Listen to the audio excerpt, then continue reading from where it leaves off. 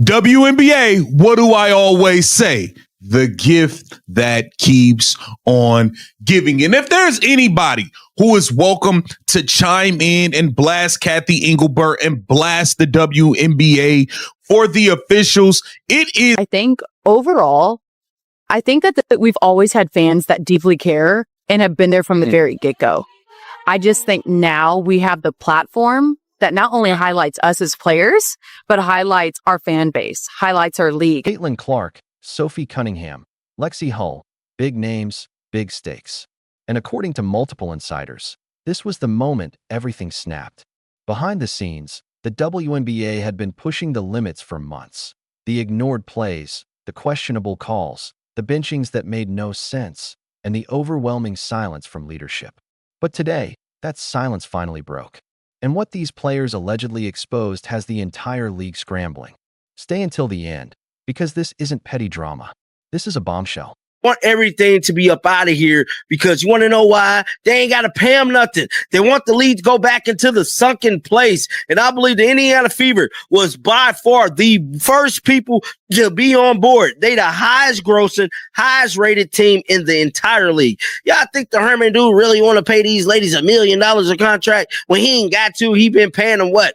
80,000 $90,000 a year. He don't want to pay them women $1 million if he ain't got to. What's the best thing to do? Make Caitlin Clark inactive? For weeks, fans could feel it. Something wasn't right. Caitlin Clark taking brutal hits with no whistle. Sophie Cunningham playing tough defense and getting whistled instantly.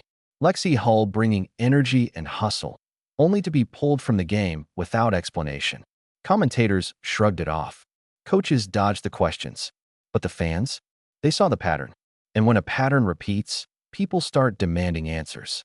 Behind the scenes, insiders and analysts began quietly pointing to the same thing. Some players were getting wiggle room. Others were getting watched. Some reactions slid by. Others were punished on sight. And Caitlin, Sophie, and Lexie were under a microscope. One mistake, benched. One reaction, technical. One hard foul, instant review. Meanwhile, the same plays going the other way. No whistle, no review. No accountability. Fans started calling it bias. League officials called it game flow. But behind closed doors, the tension was boiling. Be rugby. This should not be more physical than an NFL game. It shouldn't. Let's take a listen to what Lexie Hull had to say. And then I'm going to show you just a few of the people who went off on Kathy Engelbert and the WNBA refs this past season because it was ridiculous.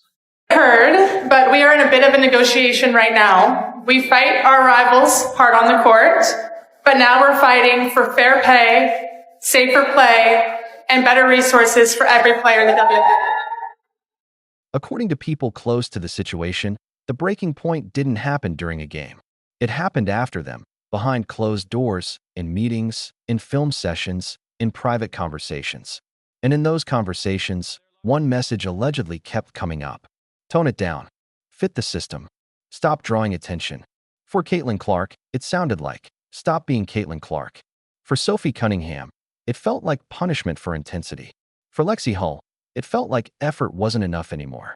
That's when quiet frustration started turning into something else. Then came the moment everything shifted. Multiple insiders claimed the three players finally reached their limit. No press conference. No social media drama. Instead, they spoke directly, firmly, and together. And what they demanded wasn't gossip or accusations. It was simple. Respect in officiating. Consistency in rotations. Transparency from the coaching staff. Accountability from league leadership. But the real shock came next. Reports circulating among insiders say a private internal memo was leaked. Not confirmed publicly, but discussed everywhere behind the scenes. And that's when the league reportedly started to panic.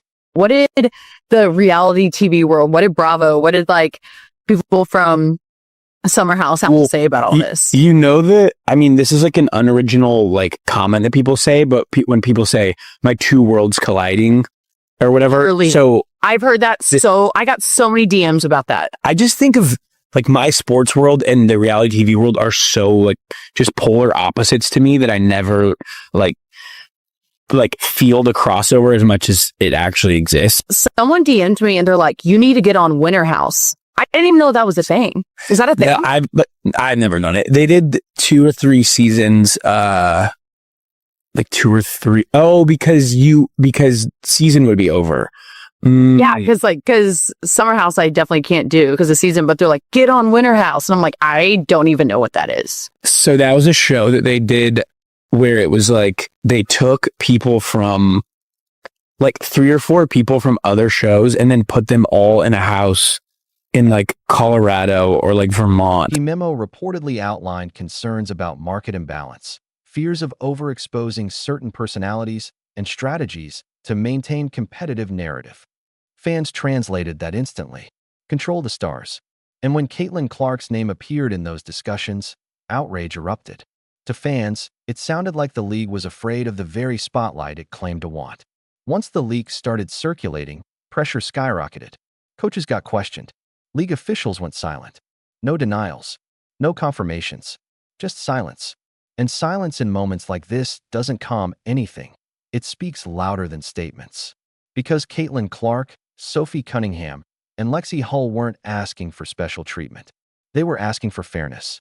And when fairness becomes controversial, that's when the system starts showing cracks. Here's why this moment truly matters. This isn't one player complaining. It's multiple players, different roles, different personalities, different styles, saying the exact same thing. That's not coincidence.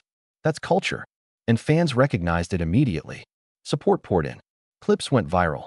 The narrative flipped overnight. They weren't problems. They became voices. Now the WNBA stands at a crossroads. Double down on control. Or finally listen. Because stars don't destroy leagues. Ignoring them does. And today, Caitlin Clark, Sophie Cunningham, and Lexie Hull made one thing very clear. They're done being quiet. So now it's your turn. Is the WNBA protecting balance or punishing individuality? Drop your thoughts in the comments.